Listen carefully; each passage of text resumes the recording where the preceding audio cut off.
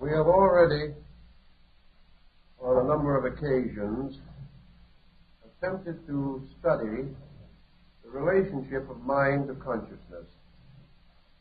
We hope in the present series to clarify this relationship a little more and to develop certain aspects of the subject which will have immediate and practical usefulness to us in daily living.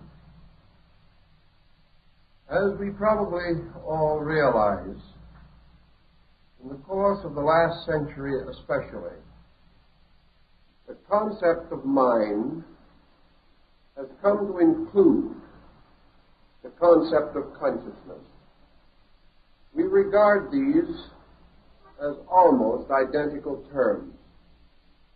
And while in certain departments of philosophy there may be recognized differences, in practical daily experience, we take it for granted that whatever we think about, we experience as consciousness. We think of consciousness as that which gives us the power to think. And when we turn our attention, our mental attention, upon any subject, we assume that we are examining it in terms of our consciousness. What is the essential difference, then, in the meaning of the two thoughts or terms? In idealistic philosophy, and certainly in classical thinking, consciousness implies participation as internal or experience analysis or value of an idea or circumstance. Thus, consciousness should enable us to say of something under consideration, "This I know." Nothing prevents us from saying this when we do not know. But I want to call to mind the fact that correctly the term "I know" should very seldom be applied. Such a term must be limited either to something entirely trite and of comparatively slight meaning, or else it must be reserved for something so profound, so deep an experience of consciousness that very few persons can legitimately claim to possess it. To say "I know" means that we possess the fullness of the fact or the truth of a thing. To know it means to totally comprehend it. To know it means to know its motivations, its most secret thoughts and processes. To know it is to know its cause, its true substance, its origin, its procedure, its method, and its destiny. To know it is to be completely and fully aware of every aspect of it. Not only its outward and visible parts, but its inward and invisible parts. Under such conditions, the term "I know" would be very rarely applied. On the other hand, we can say, "This I think," "This I believe." And thinking is a kind of defense of believing. We think about things, but we do not think with them. By the use of the mind, we can become aware of such qualities and attributes of things as may be known by the senses. And to the sensory evidence, we add a believing, which is a distillation or an extension by mental process to an apperception of certain values beyond those most immediately apparent. Therefore, if we see with our sensory perception a man stepping off the corner of a street and walking toward the other side of the street, we then close our eyes so that we do not see him reach the other side of the street. We will still, however, by the extension of our sensory evidence, assume that he reaches the other side of the street, and continue to visualize inwardly his advance toward what was obviously and evidently his original goal or purpose. Thus, by the mind, we not only see the visible parts of things, but we apprehend their probabilities. Thus, we gain the skill to estimate with certain prophetic skill the ordinary expectancies with which we are surrounded and with which various activities are associated. We may therefore say that by the mind we may perceive the structures of things, their actions and conducts. And we may also reason or rationalize upon the meanings of things which are visible, thus developing a morality, an ethics, or even a philosophy. These being the extensions of things obvious, and their motions and certain probabilities derived therefrom.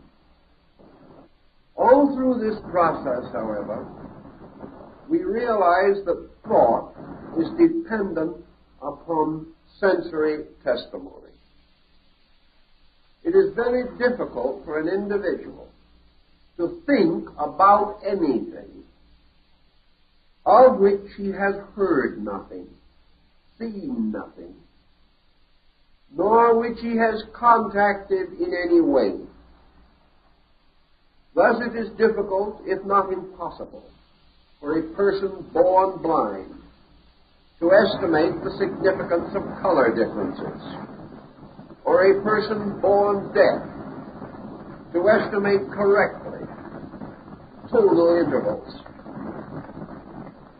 If, however, man has once possessed such faculty, but has lost them, memory, a mental power, comes to his assistance, and he may revisualize or revitalize such memories as are necessary to assist him to interpret incidents when some faculties have been disabled or can no longer testify.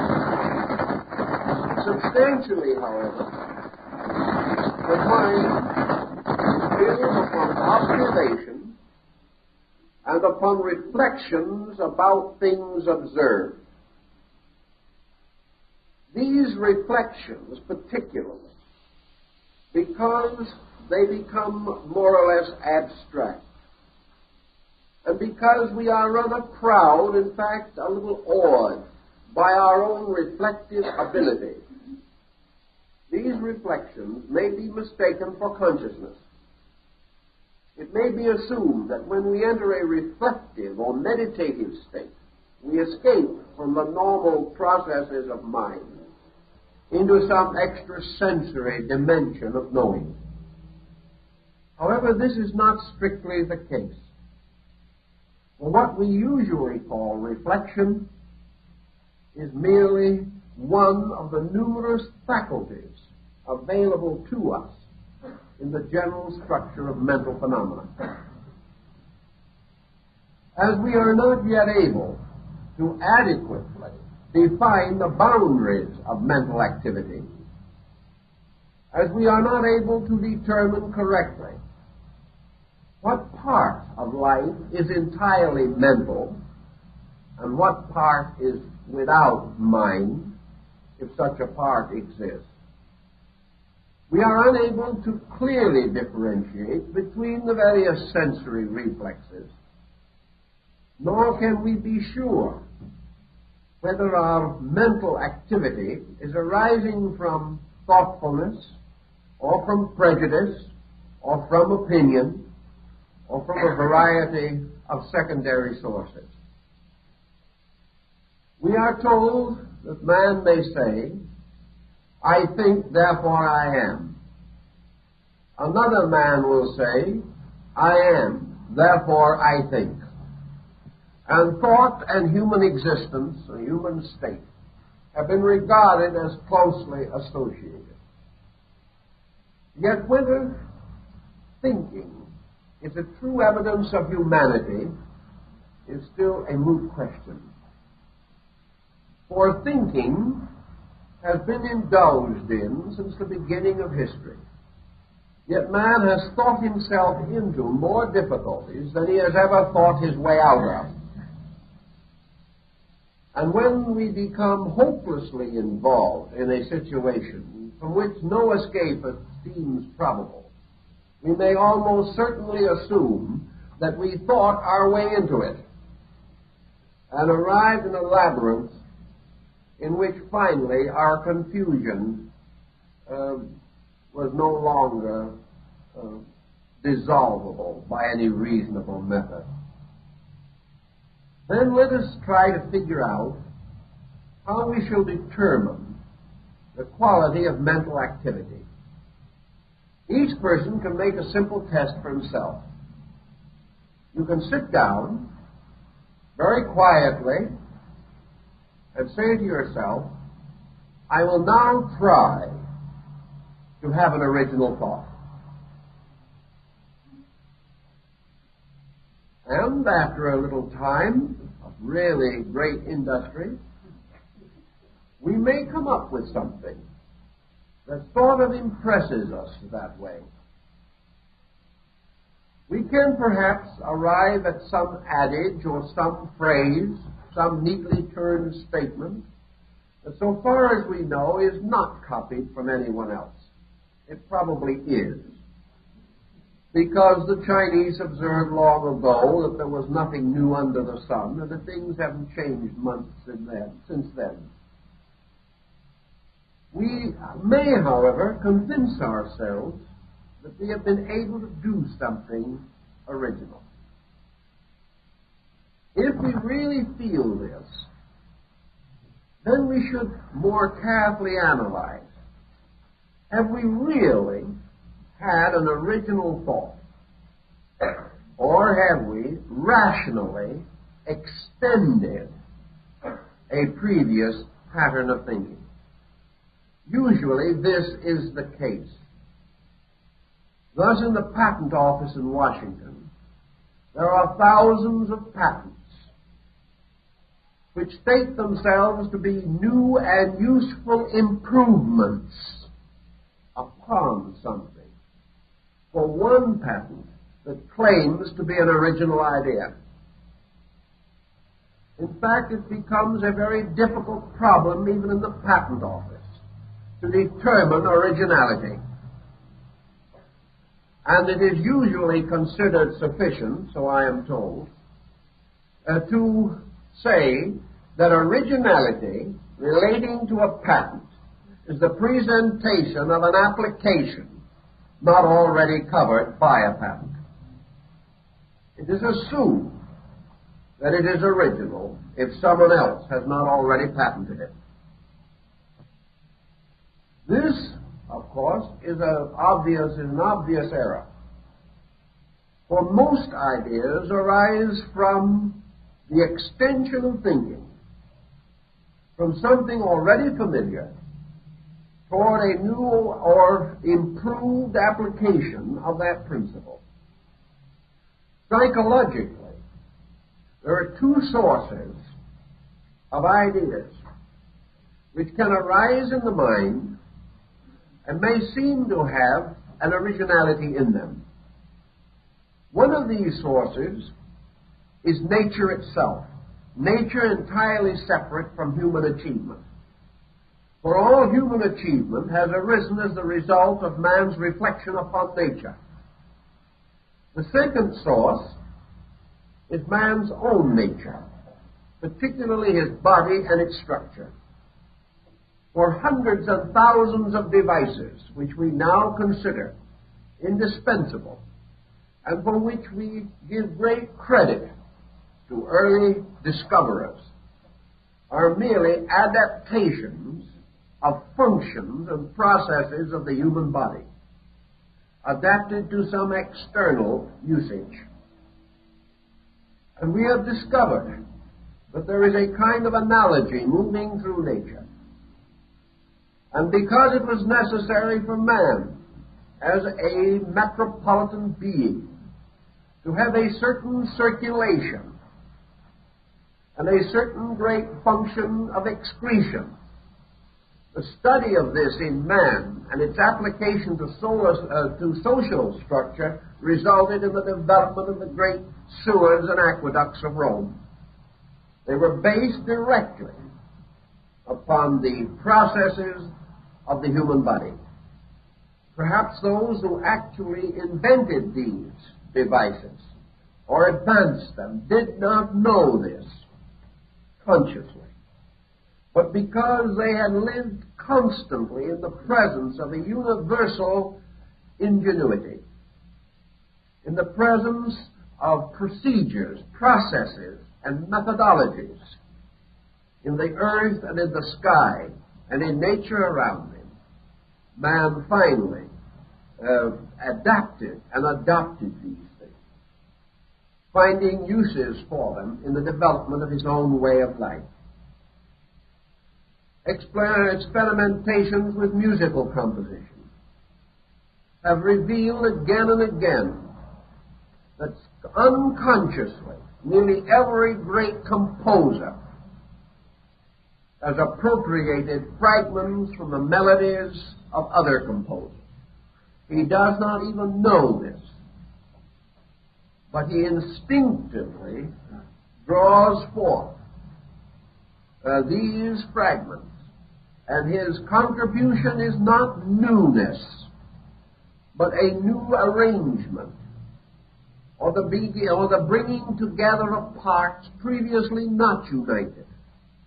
In other words, another way of saying, new and useful improvements, or the extension of some available idea further into application or specialization.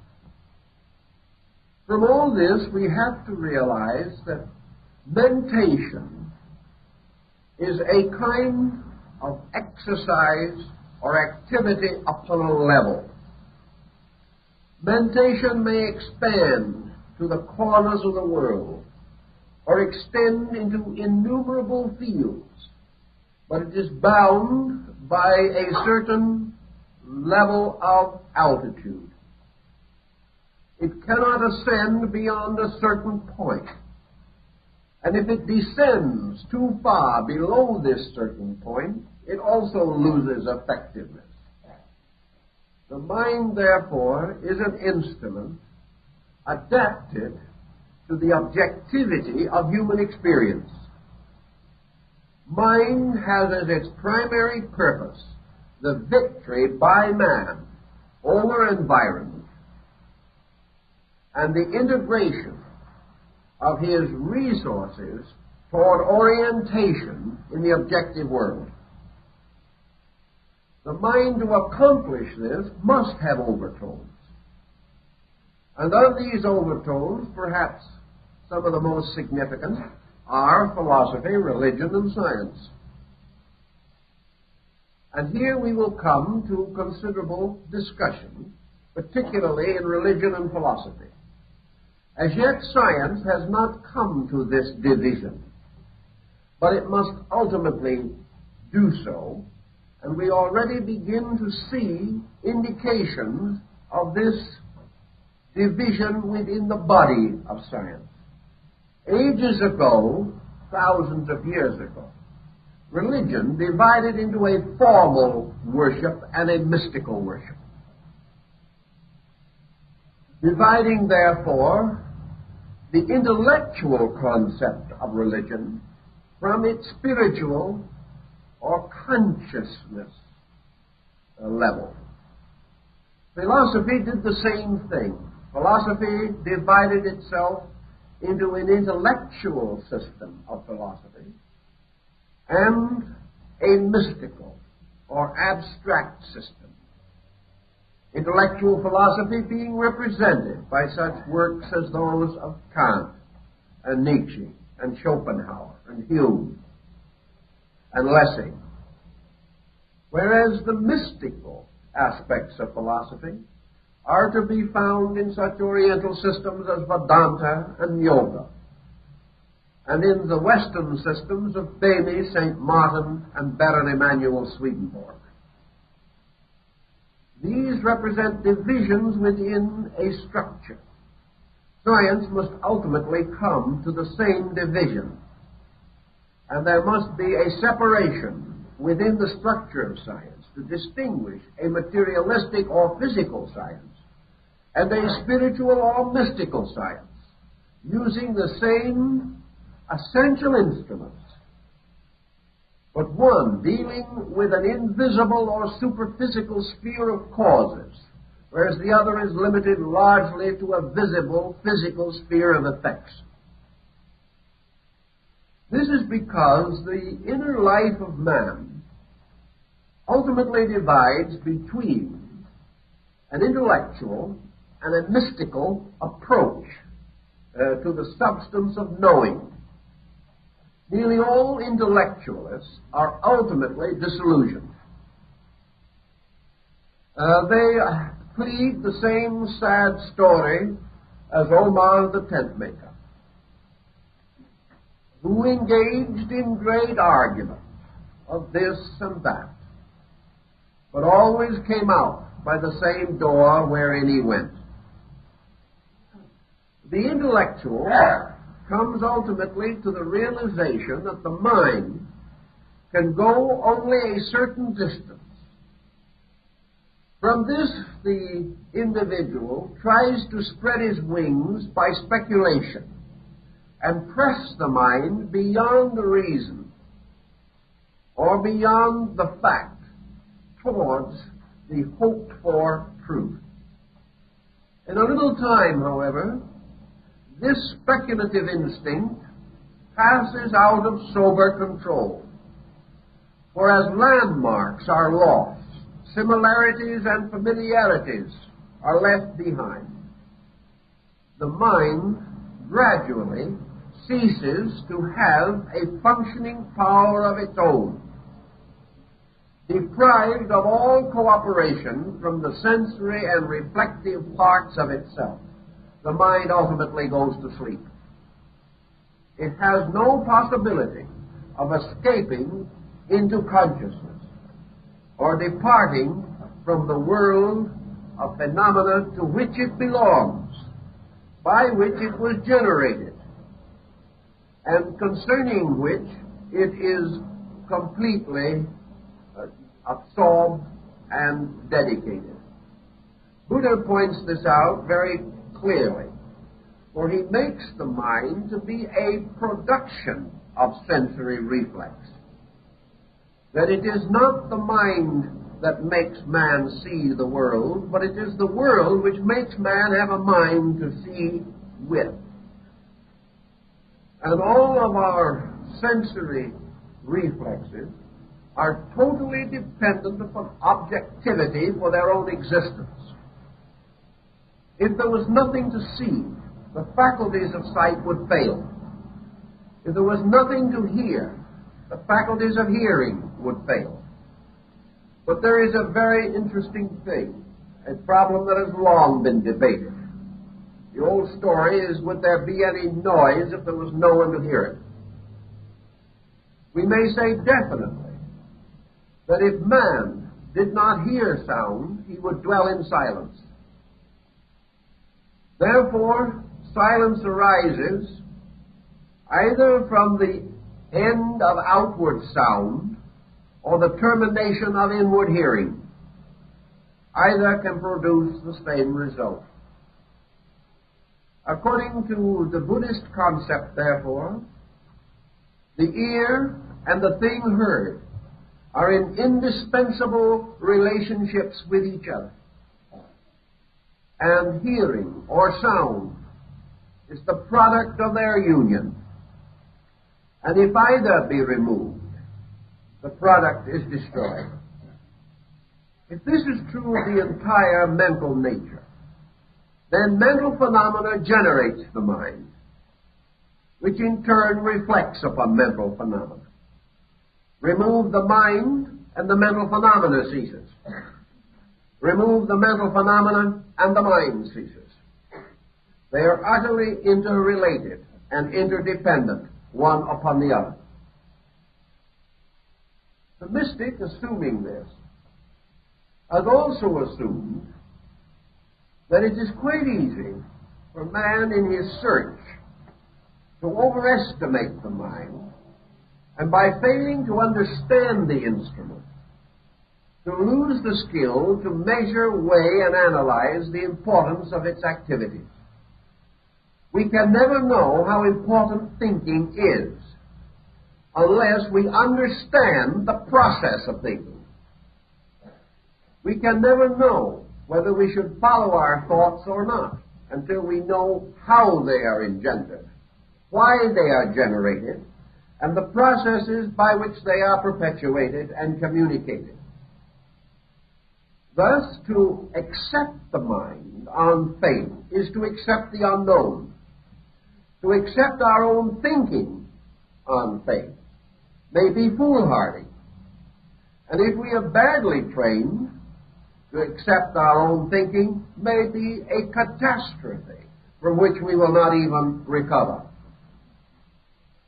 To achieve, then, a certain attitude of wisdom, we must realize early in our search for realities that our own thoughts are not important, that nothing is true because we think it is true, nor is anything untrue because we do not think it is true. Believing is not knowing. Hoping is not knowing. And every procedure which arises in the process of mentation is no more valuable than the instrument that produced it, and no more significant than the level of action with which it is concerned. Man believing totally and completely in the importance of a material way of life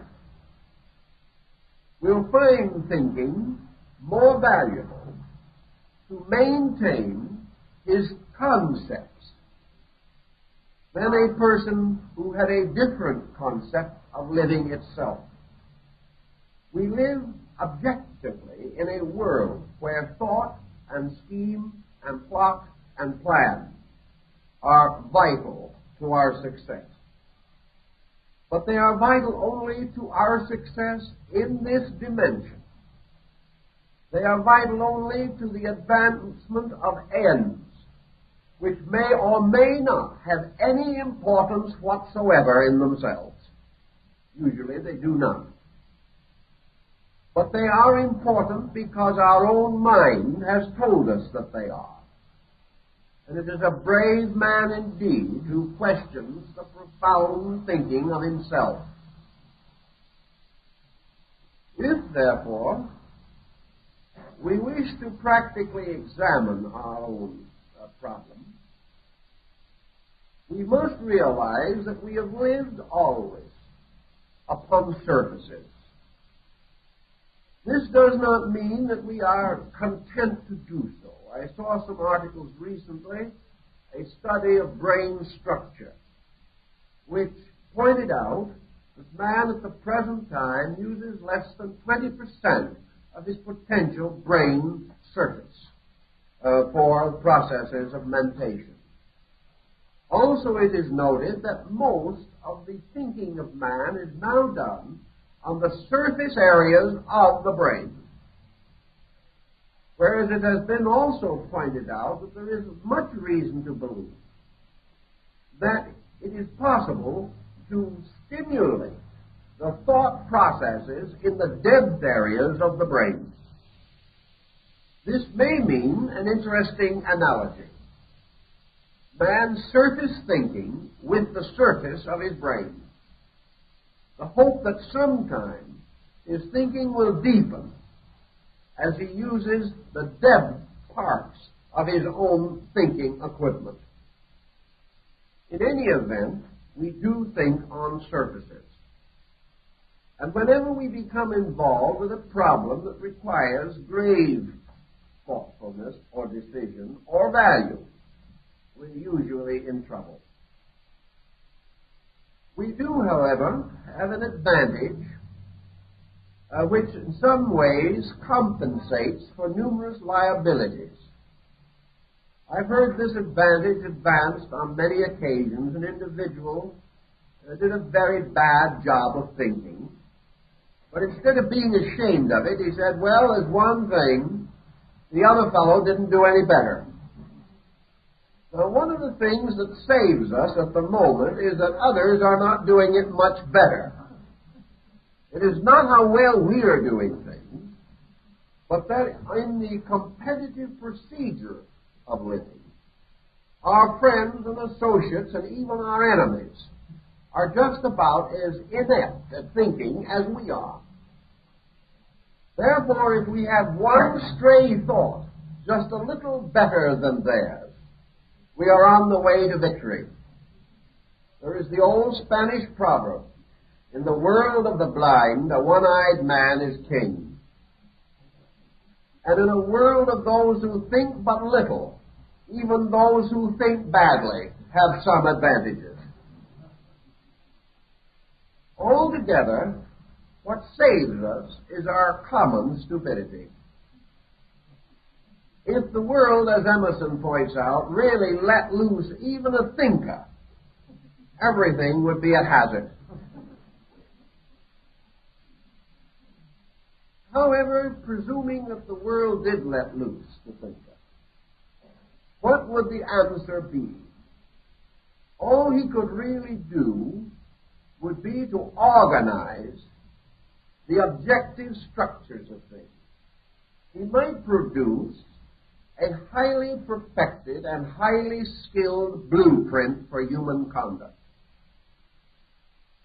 But with all of this, he would probably be in the same position that man has always been in. Namely, he would require an army and a police force to enforce his own improvements. Because working with others who also think, he will find that every thought causes a reaction of antagonism from others. And as long as thinking is always on a level, and this level is objective, we are not going to have the integrities necessary to cause any problem to come to a proper and permanent solution. We're simply caught in the immaturity of our own perspective. Somewhere in this pattern of things, the so-called mental level of the normal person of today is in the interval between childhood and adolescence. The motion picture industry has said that the average member of an audience is 12 years old mentally. I can't say that the film industry has done anything to help these youngsters to grow up. But at the same time, thinking, even within the mental range, is still a comparatively neglected exercise. And we use the mind that we do have mostly to find excuses for the gratification of our prejudices and attitudes. Buddha points out that we usually exercise the intellect to defend the validity of our own mistakes. In other words, once having done something wrong, it becomes a matter of face-saving. We cannot admit that we are wrong. And we find it, therefore, easier to try to force ourselves to convince either our own lives or the lives of others that we are right, and to develop ingenious methods for supporting mistakes, or perpetuating them, or making new mistakes to bolster them up, until finally, somewhere along the line, the whole flimsy structure falls to pieces together. If then we begin to analyze our thinking, even superficially, we realize that the mind has certain uses. That within the sphere of these uses, it is most vital, most important, and most helpful. But when expected to produce that which is not natural to it, or introduced to problems which are not reasonable for it, the mind produces conclusions or findings which are deceptive and irrelevant. And the mind, for instance, is very useful in memorizing telephone numbers, which are quite important to us.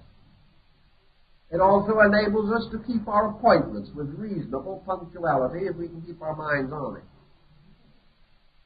It also enables us to add up the multiplication table, to remember the things we learn in school.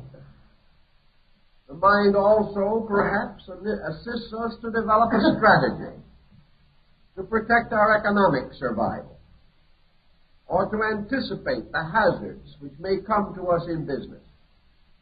The mind may encourage us to providence, encourage us to certain frugality. It will also open to us another kind of memory, the memory of our race, and that is tradition. It will enable us to profit from the mistakes of the past, if we so desire. It will enable us to remember or memorize efficient methods which have come down to us as skills in trades or professions. Also, the mind will enable us, perhaps, through a series of symptoms, to diagnose an ailment with some degree of success. Although from the same group of symptoms, 20 doctors may come to 20 conclusions, all different. These conclusions, therefore, indicate that the doctor, with the same symptoms to consider, is an equation in his own diagnosis. And because of the specializations of his own mind, or the attitudes to which he is addicted, he colors even his ability to interpret a series of simple landmarks. Everywhere, therefore, we do observe that the mind colors, and that in almost every procedure, we find the mind, to a measure, over-anxious to please us, desirous of coming to that conclusion which we expect or demand, attempting to prove what we want to prove, and to disprove what we do not want to prove. If we wish to regard a person as unpleasant, the mind will assist us in every way to ferret out every undesirable characteristic of that individual. If, on the other hand, we have a natural affinity to that person, the mind will then set to work resolutely and obscure every defect in them. It is as though the mind was a kind of yes man, always arriving at the conclusion we demand of it. And to the degree that we do demand, the mind will be dishonest in our favor. And as this is what we wanted in the first place, we consider the mind admirable in every way and practically infallible, simply because it arrives at the conclusion that we desire. It also has another wonderful ability to forget. And when the conclusion proves to be wrong, the mind is able to escape all blame by transferring the injury to someone else or to some other time and some other place, And the individual just proven wrong will immediately start out on a new course of infallibles, never pausing to make any correction in the instrument resulting in the mistake. Thus the mind has an advantage that very few other persons or other qualities of life enjoy. The mind is the only instrument that we have which passes judgment on itself, therefore can always be found in an admirable state. We have no way of examining the mind except by the mind. So when we say to the mind, "Are you all right?" the mind will certainly say yes. Or if we say to the mind, "I do not like what you are doing," the mind will say, "Neither do I." It will always please us, it will always gratify us, and it will always lead us into further trouble. This in contradistinction to the general idea that we have that the mind is a noble leader of our living, that it has something resembling the qualities of a Cato or a Cicero, that it is fair and honorable, a mighty judge among judges, and that it sits aloof from all things, judging righteous judgment. Nothing could be further from the case. The mind is in every mess we get into. It is a Mephisto, ever ready to gratify our every desire. And then when trouble does come, the mind looks perfectly blank and says, "I have nothing to do with it." If the mind, then, is not behind all this conspiracy, what is?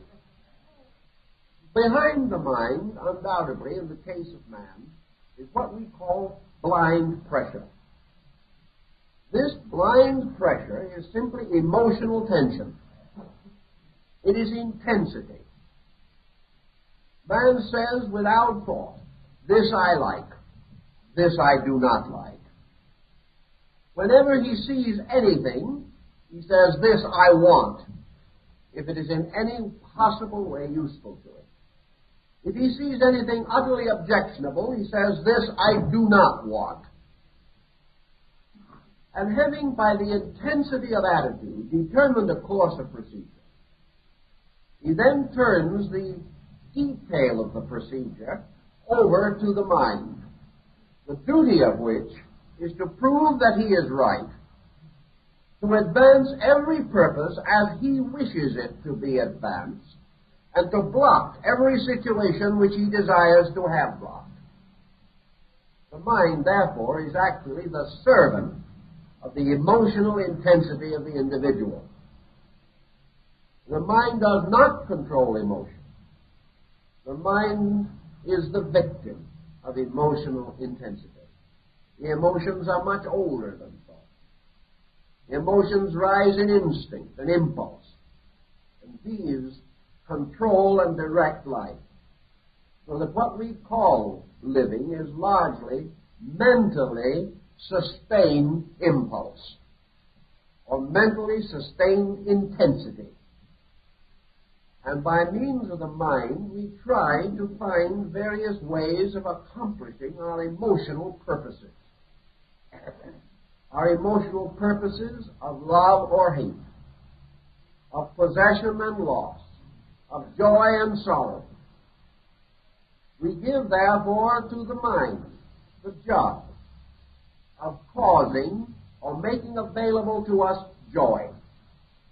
We give to the mind the labor of taking from us sorrow. Therefore, we must rationalize ourselves into joy and out of sorrow, even if we have to create a new universe to sustain our position. Actually, when it's all said and done, it is very hard to determine and to decide how best mind can be directed to its natural ends.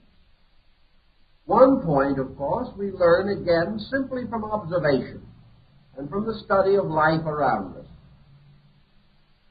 Individuals have a tendency to be more honorable when they are not under pressure. They have a tendency to be more honest when the advantages of dishonesty are fewer. They have a tendency to be more kind when unkindness is less profitable. Also, we observe, as Mohammed pointed out, that most individuals are probably born honest and are gradually educated out of it by their friends and relatives. Consequently, the greatest good that we can do for the mind is to release it from slavery to the ulterior impulses of our own emotions.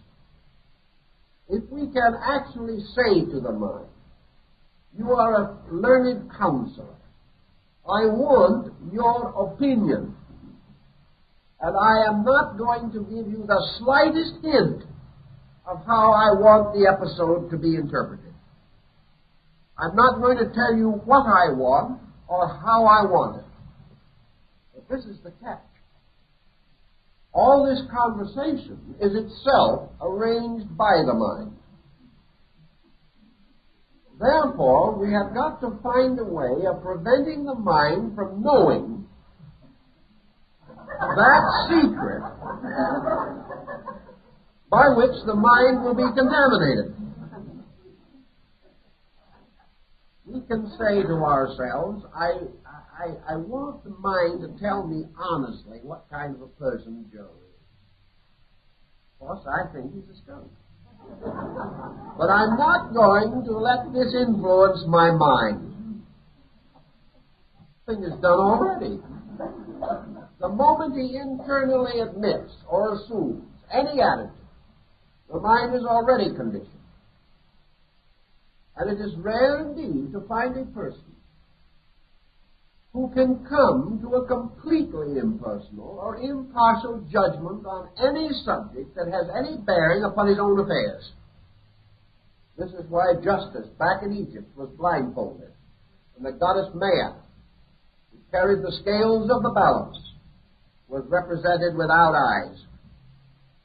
It was to indicate that appearances must have no effect upon judgment, and also that we can only be just when we judge those things which have no profit in them for ourselves, and more than that, deal with subjects about which we have no preconception of any kind, and try to find an individual that meets that requirement. It is impossible, practically, to find a person today without preconceptions on almost every subject, even though he may not personally be involved. He is victimized by the press, by propaganda, by news, by all kinds of conditioning factors.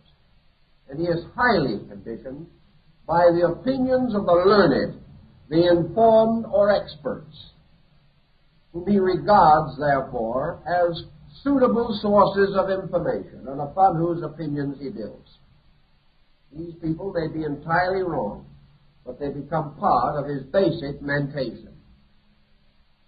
Out of all of this, it becomes more and more evident as we proceed, and we could proceed much further, that the mind is a very mixed blessing, and that those who serve its impulses consistently are very mixed themselves, if not blessed. To recover from this, there has to be some solution, some way of breaking through this mental barrier. For out of the processes of the mind, operating under the pressure of the emotions and forming a closed corporation, not only does the individual come to false conclusions or inadequate conclusions, but he is blocked from any escape. He is locked ever more tightly within the mind, and he loses by degrees all perspective beyond the mental life itself. And as he cannot normally experience any internal state entirely separate from mind, he does not know what direction to turn in order to escape from this mental maze or labyrinth ruled over by his own ego, which is the part of him which must always be sustained and defended, and the intensities of which are the basis of nearly all of the psychic pressures from which he suffers. Out of this, East and West, ancient and medieval, developed a great pattern of monasticism. Monasticism, which in itself probably is no real solution to the problem, seemed to be the best opportunity. If you wanted to escape from the dishonesty of attitudes, place yourself in a position or condition in which the profits from dishonesty were diminished. In other words, if you renounced the world, if you gave up your worldly goods, if you gave up your name, taking some religious name meaningless to anyone else, and retired from the world and lived in a cave in the side of a hill, owning nothing, desiring nothing, possessing nothing, and dedicated perhaps only to the absolutely unselfish service of persons in need, with no thought of reward. Perhaps in this way, you could lower the pressure of desires. You could separate yourself from so many of the inducements to false thinking. You would find it perhaps easier to be impersonal, to be kind, to be fair, to be impartial, especially if you added to this procedure a religious conviction, positing the love of God and the love of your brother man, and attempting in every way you could to remove from your life even the shreds and rudiments of prejudice. Under such conditions, you might be relieved from the tyranny of this mental situation. Many tried it, and there have always been a few persons who were by nature monastic, who were able to retire quietly from the world and serve useful destinies without the pressures of the personal problems which afflict most. On the other hand, this same escape toward monasticism produced a frightful harvest of neurotics, individuals whose intensities rose through frustration, and who tried very hard to be better than they were, and as a result destroyed their sanities and made possible some of the most mutilating episodes in the religious history of mankind. So here again, there was no proof of a way out. But there was a principle involved, namely that honesty of thinking is in some way related to honesty of motives. That the individual who really and honestly wanted to be honest and had this desire basic within himself, had certain advantages and could depend upon his mind to serve him more effectively than it would serve persons with lesser standards of integrity. Consequently, antiquity emphasized the importance of idealism, of gradually elevating through thought things which were most important to highest position and estate, placing the contemplative life above the aggressive life, placing the life of wisdom above the life of barter, and also admitting that as man must earn his bread with the sweat of his brow, that it might be possible for him to maintain his economic status through reasonable indulgence in economic endeavor, and at the same time have another life, a life to which he could escape at the end of the day, a life of beauty and of value, in which principles would have an opportunity to be strong against the pressures of prejudice. The division, therefore, of the life of man into an ideal inner life was regarded as useful, inasmuch as it prevented the complete obscuration of ideals. It gave the person interior anchorage against the storms and tumults of the outer life. The entire concept, of course, was based finally upon the idea that when the sound and the fury passed, that the individual was able gradually, through the unfolding of his own abilities and his own standard of values, to relax away from inordinate pressures. He could gradually come to the state in which he would allow his mind to be honest. And each person can do this to some degree. I rather like some of the ideas of Buddha on this point also. He called attention to his disciples that it was not assumed that the average householder, the average student of the inner life, was to depart totally from all thought, leave the world behind and become an ascetic. This was not intended. This was only for those who had some strange karmic destiny that pressed them on to this, and also only for those for whom the way opened, so that this could be accomplished without evil to others, neglect to responsibilities, or by setting an example detrimental to the character of others.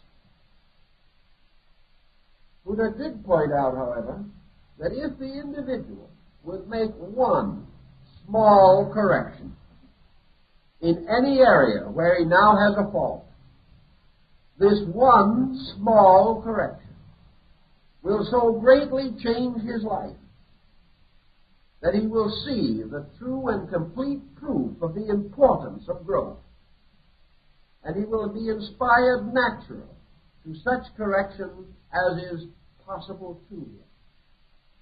The improvement of living comes not from merely contemplating perfection, but from the immediate achievement of some one small particular good thing, which in itself causes a general release of life from limitation or restriction.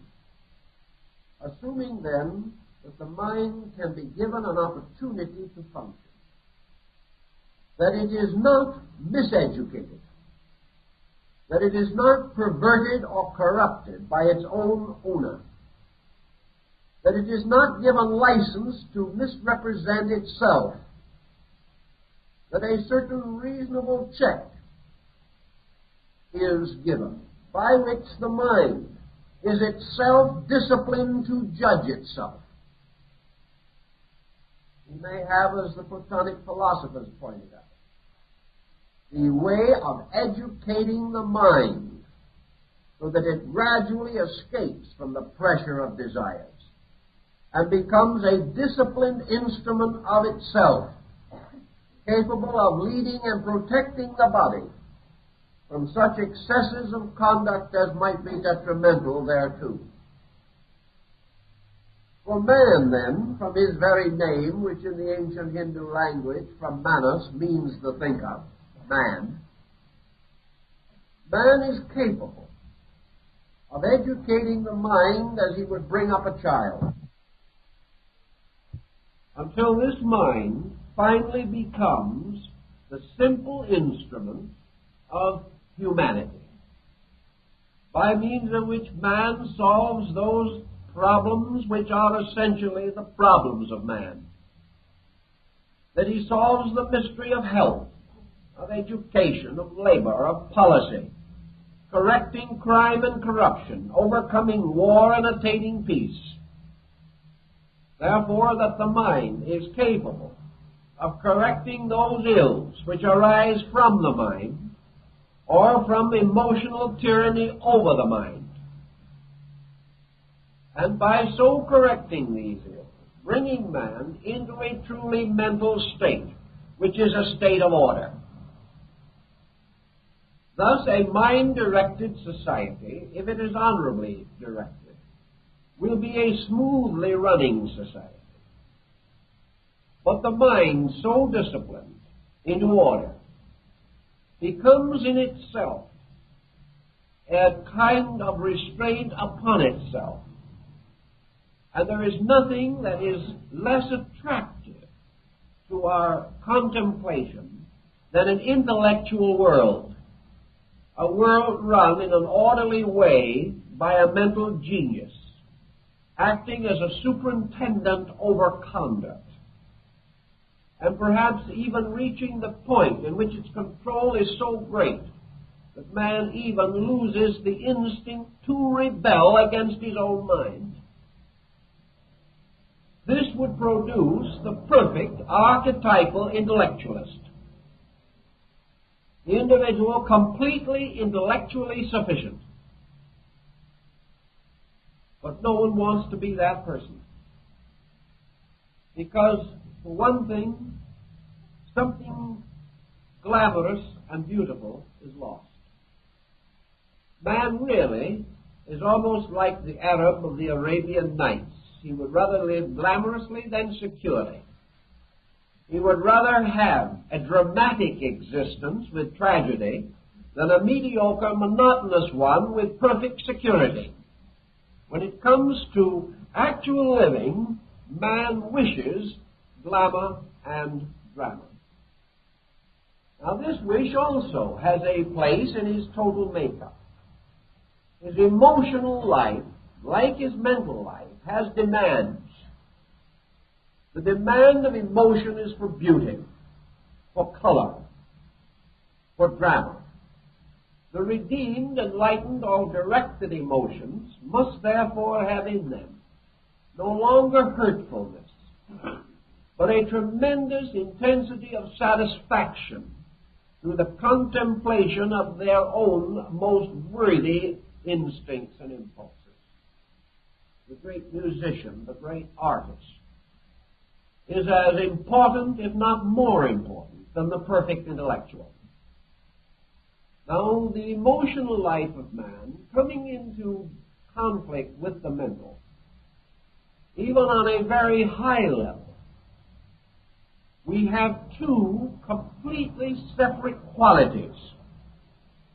Qualities which on the level of thought and emotion do not and cannot comprehend each other. Mind can never experience emotion, and emotion can never experience thought. Man has a mysterious ability to experience the compound, but this is because there are dimensions within his nature which are not completely restricted by either mentation or emotion. If man was not in some way superior to both, he could not reconcile them in his own experience, nor could he share them and arbitrate them and mingle them almost as an alchemist might mingle the irreconcilable elements of fire and water. This brings us then to the next equation, and that is the relationship of the thought-emotion compound to something superior to and beyond itself. The Egyptians developed a very interesting philosophy by means of which they affirmed that all things can know or comprehend that which is less than themselves in the concatenation of universal order. But nothing can know that which is superior to itself. To know more than itself would require faculties greater than its own. To be more than he is, man must have become greater than he is. And you have the serious dilemma of trying to pick yourself up by your bootstraps or some other such inconsistent and unreasonable attitude. Therefore, if man possesses the power of consciousness, this power is not conferred by either mind or emotion. This power must have an existence apart from them. And if man is capable of reconciling thought and emotion, it is because in some way he is able to gain access to a power superior to thought and emotion, or to function upon a level above that of mind and intensity. The ancients held, therefore, that consciousness, which is the actual ability to participate in the experience of a thing, differs from mentation in one particular, that the mind approaches all things from the outside. Consciousness experiences all things inwardly, experiencing their inwardness with its own inwardness. Consequently, mind, like sensory perception, looks at. Consciousness looks into. And we are reminded, of course, of the familiar adage and statement made by the great Jewish philosopher Rabbi Maimonides. This man pointed out that beneath the body which inhabits the garments is a soul. Beneath the soul or within the soul is a spirit. And he said this is also true of the law. For the body of the law is the Torah, within which is the Mishnah, or the soul of the law. And within this is the spirit of the law. And in all things, the letter of the law killeth, and the spirit of the law giveth life. Therefore, all things known inwardly become radiant or filled with light. All things known only outwardly are known by their appearances, their shapes, and the shells which conceal their true natures. Mind can intellectually recognize the existence of a life within bodies, but it cannot experience this. Emotions may feel or believe in the life within a body, but emotion of itself, untransformed and unregenerated, cannot experience this. Consequently, there has to be a dimension by means of which the experience of the inwardness of things and the universality of things may be available to man. The ancients, for the most part, assumed that consciousness, per se, was not a human attribute, that it was not a part of man, but that consciousness actually was the state of God. That what we call the divine nature differs from all lesser natures, inasmuch as the divine nature is the knower, and subsists and exists according to the nature of being, having an essential substance, and having an eternal awareness of this essential substance. it does not necessarily follow that universal consciousness is aware of its own consciousness. Rather, we must assume that universal consciousness is an existing state, a kind of sea or ocean of life. That this consciousness pervades all things. That it is known only to itself, if at all. And that no other type of mentation or emotional cognizance can be directly aware of it except by judgment or rational extension. Thus the mind, as in the present moment while we are discussing together, is capable of assuming the existence of consciousness. It is capable also of fashioning an intellectual definition of consciousness. It is furthermore capable of rationalizing the absolute necessity for consciousness as the common substance and denominator of lesser states, the reconciler of all opposites, and a state of unity or totality without which the universe itself could not endure. Mind can therefore tell us of this, and by negative definition can convince us and assure us, even to the point of our own acknowledgement, that such a condition does exist, and that there is a being according to essence in nature, and that this being is different from all inferior beings because it is more than they are. It is therefore more than time, or it is eternity. It is more than parts, therefore it is wholeness. It is more than divided knowledge, therefore it is wisdom. It is more than the numerous virtues, therefore it is the good. It is superior to nature, therefore it must be part of the cause which engenders or generates nature. It is greater than man, therefore it is divine. These conclusions we arrive at. And from these conclusions, great rational philosophies and religions have been built.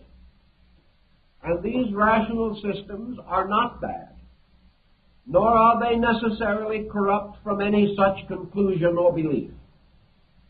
If corruption enters into them, it is because they have departed from value, not because they have affirmed something greater than themselves.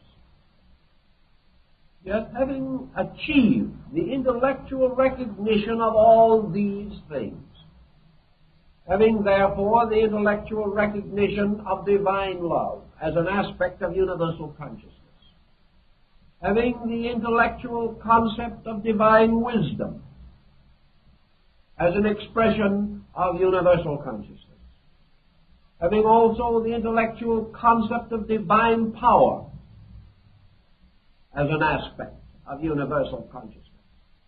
We come therefore into omniscience, omnipresence, and omniactivity.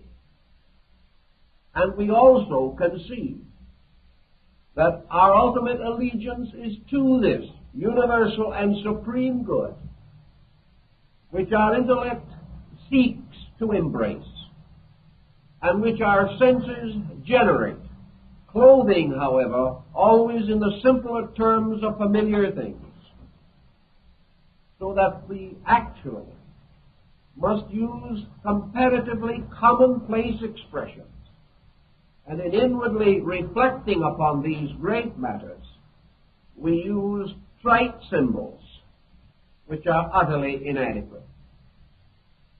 Recognizing all this, we can then perhaps understand the difference between consciousness and thought. For thought gives us the power to recognize all these good things.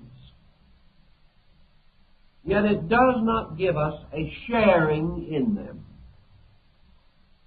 It does not cause these good things to awaken immediately within us. Nor does this thought fill us with such inevitable and ever-present admiration that we immediately depart from all else and strive after this sovereignty of good. Thus, believing in universal love, we continue to hate our neighbors. Believing in universal peace, we continue to precipitate wars. Believing in universal tolerance, we are still subject to religious and racial intolerances. Believing in the value of all spiritual matters over material considerations, we still desperately strive after material ends at the expense of conscience and character. This is because we can think about good, but this thinking does not give us the living experience of good by which it becomes more important than any other consideration, and by which it is made to exercise an irresistible force upon our conduct. The only answer then is that in order to be moved dynamically from a common and ordinary procedure to an uncommon and unordinary one, there has to be some kind of an impact. This impact for man must be an extraordinary circumstance. And such an extraordinary circumstance is usually an experience of consciousness arising from catastrophe, from crisis, or from some tremendous revolution within the temperament of the individual. The moment that an experience of consciousness takes the place of a mental concept, the individual becomes identical with his objective. He does not contemplate it, he is it. He is not given any longer the privilege of deciding which is better.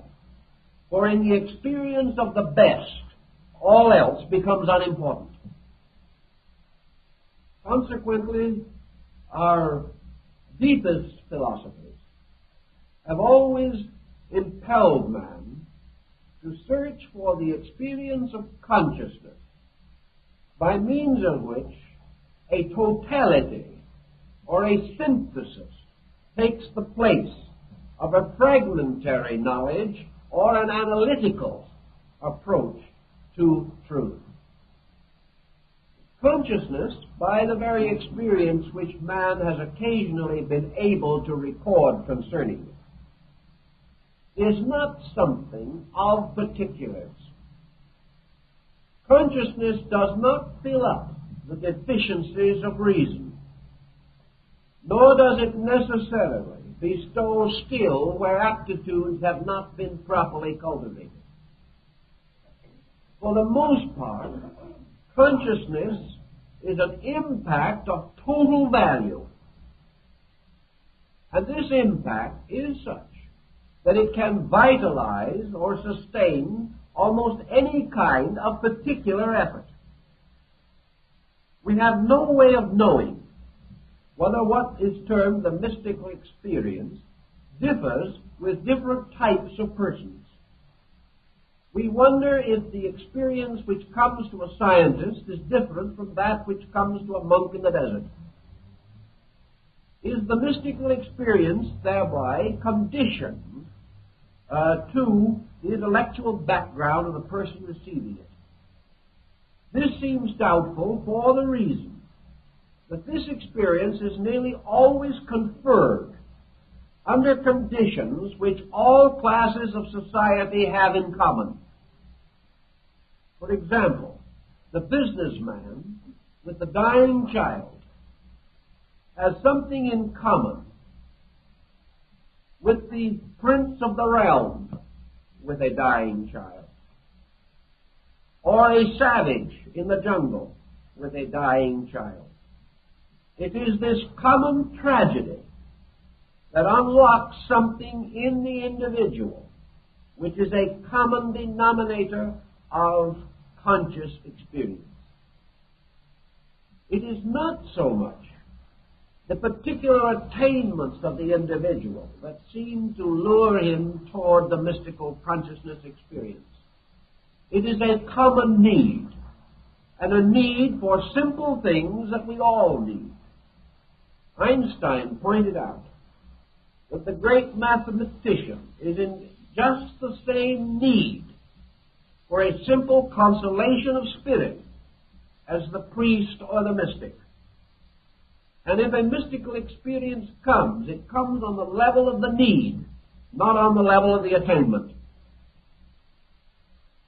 It is therefore the common sorrow of man, the common stress of existence, the common hunger of hearts and souls that appears to be the thing that opens the door of conscious experience as distinguished from mental endeavor.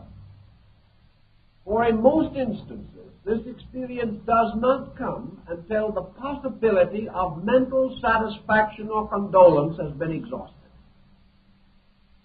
It only comes when the individual can no longer find solace, either in thought or in reason, but breaking down into the simplest parts of his humanity, strives after that which is the common consolation with all that lives. The sage, the saint, and the commoner are all united in these immediate pressing needs. And therefore, it is by the common denominator of such needs that consciousness, the common denominator of all life, symbolically reveals itself. Thus, in consciousness, there is the bestowal of a certain kind of certainty. And we must ask ourselves just exactly what kind of certainty this is. We know it is not a theological certainty in the common sense of the word. It does not belong to a faith, for the mystical experience has occurred in all religions. It has therefore to do with the quality of believing rather than the creed. This is another example of how it breaks away from intellectualism. For many creeds are divided intellectually, but the soul hungers of human beings are not so easily divided. It is the hunger in the heart of man, the hunger of life, as Bailey calls it, the hunger of the creature for the Creator, that seems to be the final appetite by means of which the individual crosses into that causal kind of knowing which alone satisfies the hunger that food cannot reach. Man requiring this bread, which is not of this world, this bread which is the food of the Spirit, gains his insight and consciousness by the hunger of his needing, rather than by the intellectual requirements of his mind. He is actually not searching for proof, for as one mystic points out, he was not seeking to justify God, or to know that God existed, or to prove God. He was simply seeking this peace which surpasseth understanding. He was seeking inevitably for this life, which is indeed the life of men, the life of conscious experience within. For without this, all is death, once man has recognized the possibility of its attainment. So consciousness to these mystics is not something over which man may exercise any control. The hour of its coming no man knoweth. For it entereth as a thief in the night. The individual cannot earn it exactly. He may merit it. He may deserve it. But its coming depends upon a basis of merit and desert beyond our estimation. And the mind which considers itself ready may be deceiving both itself and the heart. It is therefore in the readiness of the pure life in man that the experience comes, not in the justification by the mind or the emotions. In this experience, therefore, man's experience of consciousness is not that he becomes conscious, but rather that he enters into a subjective state of total worship, that he is suddenly aware of something that brings him to his knees, inwardly if not outwardly. He is not brought to his knees by terror or by fear, but by the awesomeness of that which is inevitably and eternally so.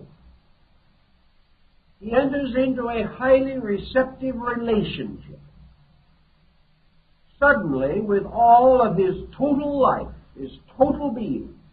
He is able to say, not my will, but thine be done. Because in this case, his own will ceases to be of any value, any significance, or any importance. In fact, it is a detriment. It is part of that thing which has forced the mind against the wisdom of the heart. It is, therefore, the willlessness of the total acceptance in which the individual, opening himself, becomes entirely receptive to that which was, is, and ever shall be. Thus consciousness, moving into man, takes the place of man in his own nature. And this consciousness becomes a strange, ever-living sharing.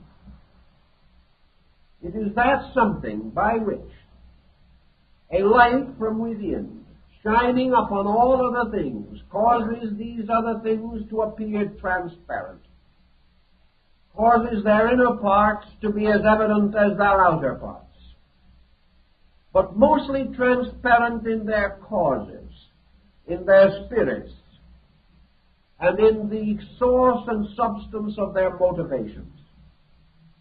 Thus, universal consciousness, as St. Francis of Assisi points out, bestows with it universal compassion. The individual ceases forever to judge, because judgment was a mind-judging life.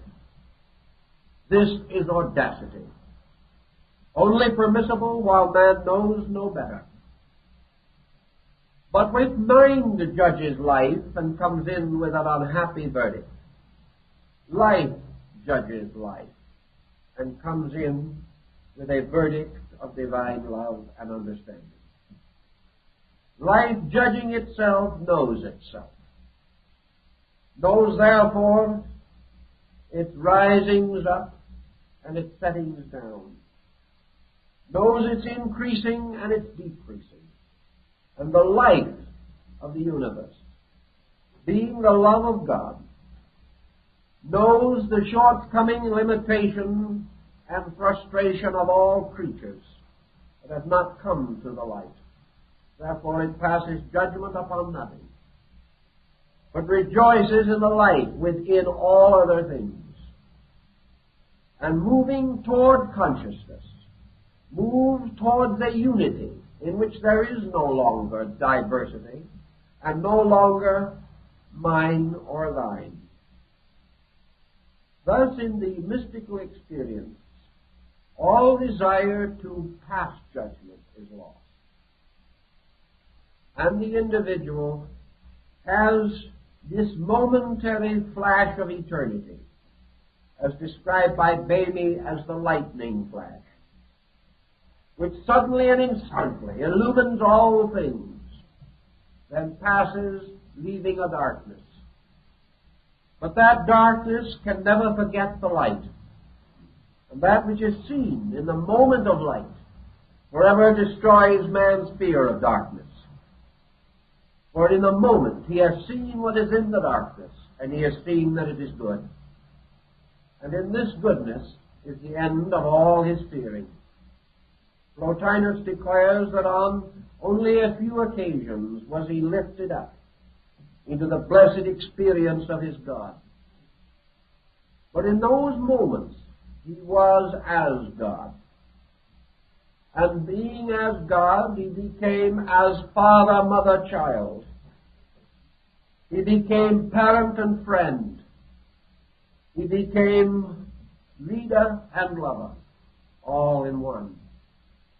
And in the moments that followed these experiences, when life closed in again upon the mundane pattern of things, Plotinus said that these moments of eternity sustain the soul throughout the whole mystery of time. Once this experience has occurred, a man has the knowing and can say of inward things, these I know. Against such an one, the shocks and arrows of outrageous fortune have no power or strength. And although the light itself may not continue to shine, man continues to know that it is there, separated from him only by the opacity of his own senses, and that wherever he sees darkness, it is merely because his eyes cannot bear the light that is behind the darkness. Thus, in these experiences comes to man the courage or the strength to sustain him through the numerous vicissitudes in which material things close once more around him. But in these moments, he has experienced the fact of consciousness. More than this, he has experienced the fact of immortality. He has experienced the fact of God, of totality. And for a few seconds, he has been filled with that infinite love of life and love of God, which cannot be known on the sensory or emotional levels of man's external existence. Therefore, in those moments, his world is placed in order, in such an order that it can never again be shaken from that order. And in this, the opinions of others become meaningless. For his internal faith or knowing, this man may be persecuted and martyred, but he cannot be touched, because he lives in an inward, absolute participation in the fact of divinity. This, then, may be regarded as a negative definition, such as we are capable of fashioning out of the limited materials of ourselves, of this thing which we term consciousness. For consciousness is this wonderful power to actually be the other person, or to be the otherness of God in them. To come to this end, there are certain things that we naturally must attempt to do. All felicity must be deserved by man, for this universe is a merit system. Man must therefore come to the condition in which it is possible for him to accept such an experience, to merit it, to justly use it, and to need it, because there is within him already some resources which make it possible, and which will also assist the individual to preserve in honor this light which has been conferred upon him out of the universal abundance. To attain this end, then, mystics, philosophers, scientists of the past and even those of the present, strive gently and unceasingly to achieve the likeness of consciousness so far as it is possible for them to attain it. They would discipline the mind, realizing that by such disciplining they reduce its negative forces and make it more and more like this consciousness which they desire. They feel, these mystics, that if their own natures become like a sanctuary, like a holy and sacred place, a garden of silence in a world of sounds, that if they prepare the temple according to the law, the living God will come and dwell in it. Thus, by purification, redemption of self, regeneration, dedication, and the serious, sincere, and honorable desire to self-improvement, man begins the slow but inevitable journey which will lead him through the mental life into the consciousness which is behind it.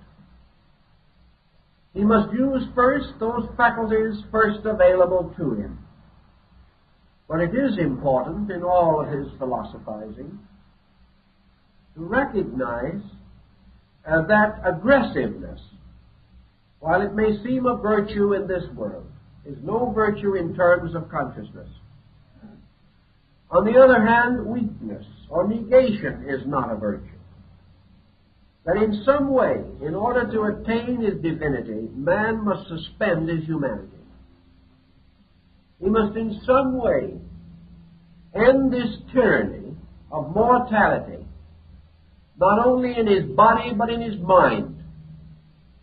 In some strange way, the mystical experience revitalizes or renews the body of man and gives him greater insight and courage. It also renews his entire life in faith, giving him the skill to serve others more effectively because he is less selfish. Perhaps the one thing that the mystical experience tells us more than anything else is that it is the ultimate of spiritual revelation. And that as the ultimate of spiritual revelation, it cannot be communicated. From this we should learn that in our effort to communicate, we may, if we are not careful, overdo to the degree that we overemphasize in others the importance of communication. Certainly, everyone who wishes to know certain things must be exposed to them, must have some idea about them. Aquinas was problemed with the question, what can a teacher teach? And he answers it in a moderate way, namely that the teacher can teach the individual certain basic principles which will cause that individual to desire to grow of himself and by his own effort. But consciousness cannot be conferred. It must arise within the psychic, spiritual life of the individual. Various inducements may assist man to live the life that will make the experience of consciousness likely. But motivation and every other factor must be correct. Therefore, I think we can say that indoctrination for purposes of the development of consciousness will generally prove ineffective. It is far more important that the individual attempt to cultivate vital experience within himself. And vital experience in this case is the dawning awareness through receptivity. On a practical level, then, it would seem important to follow the doctrines or the ideas of Lao Tzu, or perhaps certain of the teachings of Zen, in the search for the intensification of the experience factor. One reason why we experience so little is because we do not even permit the full penetration of our mental faculties into the things that we are doing. From the standpoint, therefore, of the vitalization of our lives, the ancients invented or devised the concept of contemplation, by means of which we devote or dedicate our attention to something with the desire, the simple and natural desire to know and understand that thing better. Always recognizing that a relaxed receptivity to the messages of things cannot but result in increasing sensitivity within ourselves. The individual who can go forth, sit down quietly on the side of the mountain, and become receptive to the sunrise or the sunset, can be receptive to the motion of the wind across a field of ripening grain. Perhaps such receptivity enabled Vincent van Gogh to place a strange and luminous color into this field of grain, a color which other men did not see, but a color which Van Gogh, perhaps in his madness, was able to capture on canvas. But certainly, this motion of life in the air in the wheat field can be experienced. It can move in upon man. It can move in with the song of the bird and the evidence of life. It can come to us through the eyes of those we know and love. It can come in the simple voice and song of children. It can come in the sound of the great cathedral bell. It may come to us in every phase and experience of life if we learn to sit quietly and accept into ourselves the messages of things. If we are able to accept these messages without immediately conditioning them, if we can accept them as we accept air with gratitude, if we can take them as we would water because they are life to us, and not ask the name of the land from which the water came, what its beliefs were, or what its purpose might be, because this water is our life. If, therefore, we can accept the testimonies of things as a living breath of life moving into us, we can grow. We can find dimensions that are somewhat beyond the mind. We can say to the mind, be still. And in this stillness, we can accept the simple impact of life, the direct experience of living upon living. And through such experience, a new dimension comes to us, the contemplative dimension of receptivity. Perhaps the mind is still functioning, but it is doing so in a hallowed way. It is simply acting as a messenger. Through the sensory perceptions, it is telling us what we are seeing. It is not interpreting, because our will and our purpose and our ego and our desires for the moment rest in sleep. And it is the sleeping of self-purpose that leads to the revelation of divine purpose. In these simple things, by learning to thoroughly examine, we begin to appreciate. For appreciation comes always in the footsteps of thoughtfulness. Things first disliked or neglected, when thoughtfully considered, create in us admiration and respect. The more we understand the workings of the universe, as these workings are revealed to us in living things, the more we appreciate both the universe and the cause thereof. Appreciation, then, is a way of sharing. It is not really consciousness, but it is on the threshold of consciousness. For appreciation is a warming of ourselves, an opening up and a going forth in rejoicing to the sharing in some happy thought, pleasant contemplation, constructive reflection about things around us.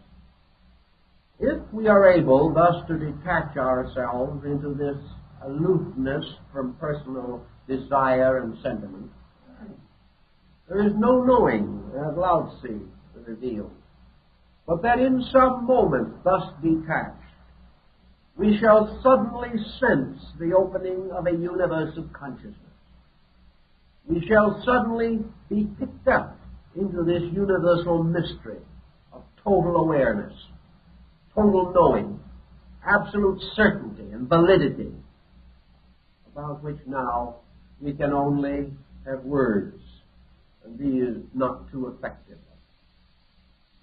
I think psychology must someday recognize this dimension also. That what lies at the root of our need is this need of common consciousness or experience, to be gained only by the overcoming of separateness, as the dividing of our lives from all other lives. All things that are separate must die. All things that are united have a part in eternity, which is a state of union. Consequently, as long as we fight for individuality, we fight for death. We fight for aloneness, isolation, suffering. And we set up situations in which we will have grief and pain and sorrow.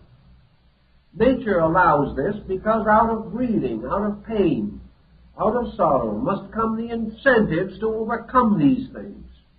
For without such incentives, man might never even desire the truth, or might certainly never have the courage to place the search for it above every other consideration. But psychology must also realize that behind the mental phenomena of the individual is the universal phenomena of life itself. Mind as we know it is the shadow, the negative pole of consciousness. And the positive pole itself is locked in its own mystery. And whereas man must use the mind to think with, he must ultimately come to the point in which the mind must sacrifice itself for his salvation. This mind is like the ancient patriarch Moses, who was permitted to gaze upon the promised land. But because he had sinned against the laws of God, he was not permitted to enter into Canaan. And this right was withheld from him and bestowed upon Joshua, the son of Nun, who led the children of Israel to the land of milk and honey. Moses is the mind, which from the lonely height of Moab may contemplate the blessedness of truth, but may not enter in. That which can alone enter into this thing is the truth itself. Truth alone can know itself. Man cannot know this truth by any conscious action of his own will, but he can participate in it by simply permitting the Spirit in himself to have dominion over the rest. For this Spirit, of which he speaks and knows so little, is itself consciousness. It is an indivisible part of total experience. And because man participates in this spiritual fact, he can, by the stillness of his outer life, restore the luminosity of his internal. Thus reality arises in consciousness becoming aware of him, releasing itself into him. And in this consciousness, as Vivekananda points out, the great joy is that the individual no longer remains himself. Self-purpose ceases because it is meaningless in the beginning. The individual attains all by giving all, attains complete and perfect peace by becoming one with the infinite, and fulfills all desire by permitting universal desire to fulfill itself through the faculties and powers which man has created. Thus, in the mystical experience, eternity takes control of man, his nerves, his muscles, his very body, takes control of his mind and his emotions. For the moment, man is eternity. And in that moment, there is impressed upon the fabric of his being a strange and indescribable experience. Later, this fabric cries out to give testimony to it. The mind seeks to explain. The emotions seek to interpret. But in their very explanation and interpretation, they defeat their own objective. For the only record is this strange impact upon the very substance of body itself. This strange, wonderful luminosity, which alone bears witness and which cannot be explained, except that the body is truly filled with light, a light which is itself filled with love and goodness. These experiences tell us something of a consciousness behind things. And when this consciousness takes hold, then perhaps the mind, among other servants, can bow down before it. And the mind, made divine by the life within it, may become a wonderful and useful instrument, may go forth to reveal the laws of eternity and the workings of time. Something like this happens in the case of the great composer.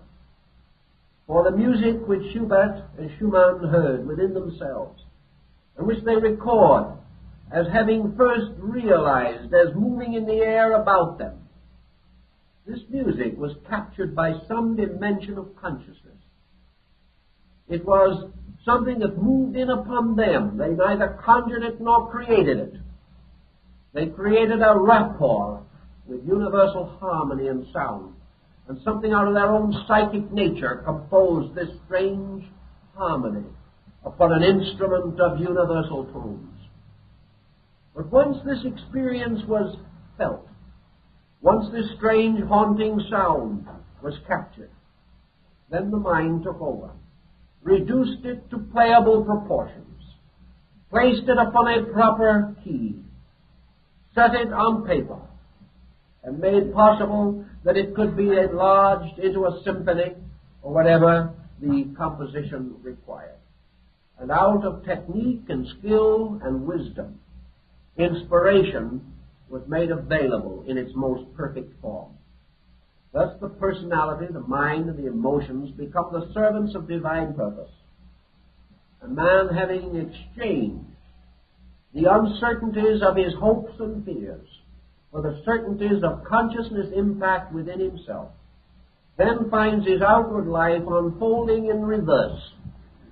For instead of the outer molding the inner is molding the outer and expressing through it and releasing into the world those values and powers which we so greatly admire in those illumined souls whose contributions have earned our homage and admiration. In our own way, we must each pass through experiences of this kind, trying to gradually differentiate between consciousness as God life light in us and mind, which is the sum of our own struggle. Mind can help, but consciousness can save. And that which mind divides and wounds, consciousness shall unite and heal. For in all unit consciousness, total life, all good things come into their natural and inevitable works, and all which is divided or imperfect shall vanish away. And the individual, having experienced this, moves triumphantly along the way of life with perfect assurance within himself that he lives in a world of God and truth and light and love and wisdom. These things make his own labors possible and give him the infinite courage to continue according to those principles which he knows to be true.